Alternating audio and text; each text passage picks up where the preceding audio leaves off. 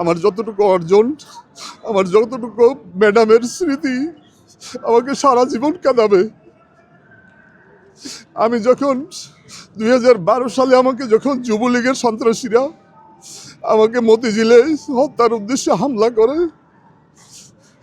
তখন সেই ম্যাডাম রাত 3:30টার সময় ম্যাডাম ফোন করেছিল আমার মহাসচিবকে। আমার 2017 সালের ইফতার মাহফিল ছিল গুলশানের ইমানুয়েলস সেন্টারে। আপনি জানেন যে আমি সবসময় আধিপত্যবাদ এবং ফ্যাসিবাদ বিরোধী আন্দোলনের সক্রিয় একজন কর্মী।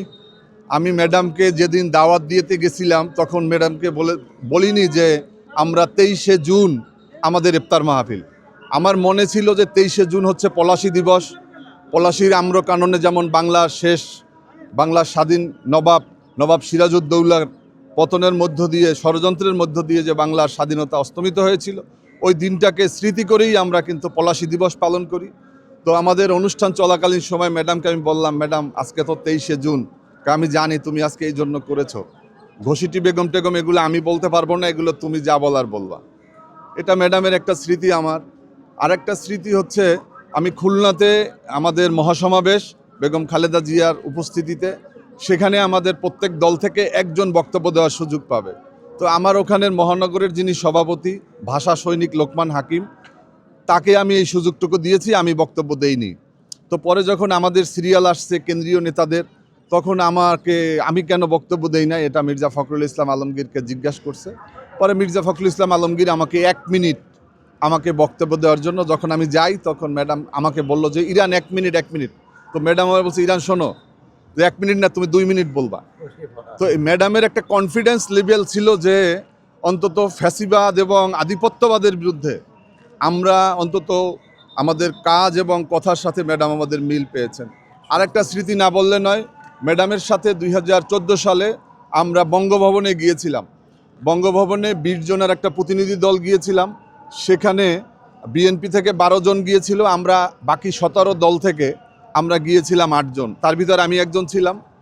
তো ম্যাডাম যখন থেকে আসেন, ফকিরাপুল থেকে যখন আসেন, তখন রাস্তাতে প্রচুর জ্যাম ছিল। তো আমাদের বিএনপির স্থায়ী কমিটির মেম্বার জমির উদ্দিন সরকার সাহেব, তিনি জ্যামের কারণে গাড়ি থেকে নেমে পাশ দিয়ে হেঁটে হেঁটে যাচ্ছিলেন। তো এর ভিতরে ম্যাডামের গাড়ি জাম ছেড়ে দিয়েছে, উনি একা একা হাঁটছেন। তখন ম্যাডাম শিমুল বিশ্বাসকে বললেন যে দেখো তো ওই কি জমির উদ্দিন সরকার সাহেব না? তো তখন গাড়ি থামিয়ে তার কাছে গিয়েছে এবং যে দেখছে যে হ্যাঁ জমির উদ্দিন সরকার। তখন তাকে নিয়ে এসে তারপর আবার ম্যাডামের গাড়িতে করে তারপর ম্যাডাম বঙ্গভবনে নিয়ে গেছেন। এবং সেখানে যে একটা হাসির রোল, ম্যাডামকে আমি এরকম হাসতে কোনোদিন দেখি নাই। যে ম্যাডাম যে এই যে স্মৃতি, মধুর স্মৃতি, এটা আমাদেরকে সারা জীবন করবে। 4 গুণ শক্তিশালী এনজাইম ও অধিক ফেনা সমৃদ্ধ অরিক সিলভার ওয়াশ মাত্র 70 টাকায়। আমার যতটুকু অর্জন, আমার যতটুকু ম্যাডামের স্মৃতি আমাকে সারা জীবন কাঁদাবে। আমি যখন 2012 সালে আমাকে যখন যুবলীগের সন্ত্রাসীরা আমাকে মতিঝিলে হত্যার উদ্দেশ্যে হামলা করে, তখন সেই ম্যাডাম রাত 3:30টার সময় ম্যাডাম ফোন করেছিল আমার মহাসচিবকে। ম্যাডাম নিজে দেখতে যাবে, যখন শুনলো যে না আমার অবস্থা কিছুটা আমি অন্তত ভালোর দিকে বা ওইরকম খুব খারাপ অবস্থা না, তখন ম্যাডাম সকাল 7টার সময় মির্জা ফখরুল ইসলাম আলমগীরকে আমাকে দেখতে পাঠাইছেন। আজকে ম্যাডাম নাই,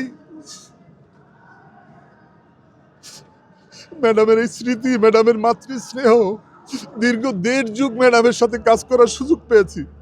ছাত্র রাজনীতি থেকে শুরু করে সর্বদলীয় ছাত্রকের আমি, নাসির উদ্দিন পিন্টু এবং আমার বন্ধু হাবিবুন নবী সোহেল, আমরা একত্রে হাসিনার বিরোধী আন্দোলনে 1996 সালের পরে আমরা 99 সালে আমরা সর্বদলীয় ছাত্রৈক্য করেছিলাম।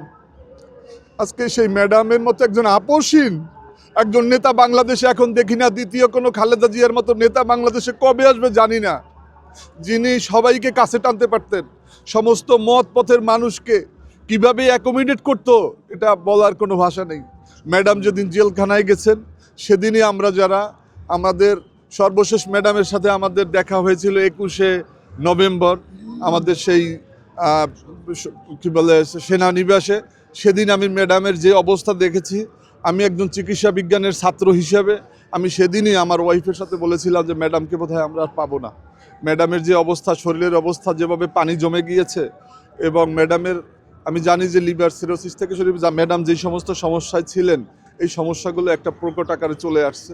আল্লাহ পাক ম্যাডামকে নিয়ে গেছে। আল্লাহ রাব্বুল আলামিনের কাছে শুধু এতটুকু যে আমার মায়েকে, আমাদের সবার মা, আমাদের দেশমাতা বেগম খালেদা জিয়াকে আল্লাহ রাব্বুল আলামিন যেন জান্নাতুল ফেরদাউসের সর্বোচ্চ এবং সুমহান জায়গা দান করেন, আমিন। 4 গুণ শক্তিশালী এনজাইম ও অধিক ফেনা সমৃদ্ধ অরিক সিলভার ওয়াশ মাত্র 70 টাকায়।